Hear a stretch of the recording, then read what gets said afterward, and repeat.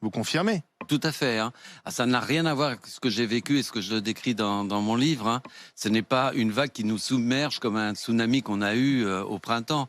Là, on a un flux continu de patients qui viennent aux urgences, qui viennent en réanimation, qui appellent le SAMU, assez modeste si on prend les chiffres journaliers, mais continu et qui s'inscrit dans le temps. Ce qui fait que progressivement, nous, à l'hôpital, on doit gérer deux flux de patients.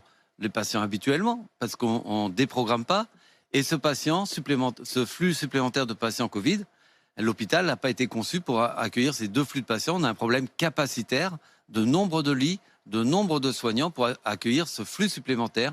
Et il se passe que maintenant ça bloque.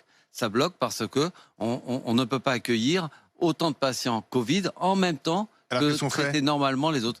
Et malheureusement, on s'était toujours refusé à faire ça. À la première vague, on n'avait pas le choix. Ils arrivaient par centaines dans l'hôpital. Il y avait un temps de doublement de 48 heures. C'est-à-dire tous les 48 heures, on avait le double de patients.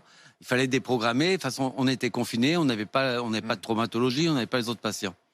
Là, par contre, il va falloir choisir. C'est-à-dire qu'on va devoir déprogrammer pour laisser de la place aux patients Covid.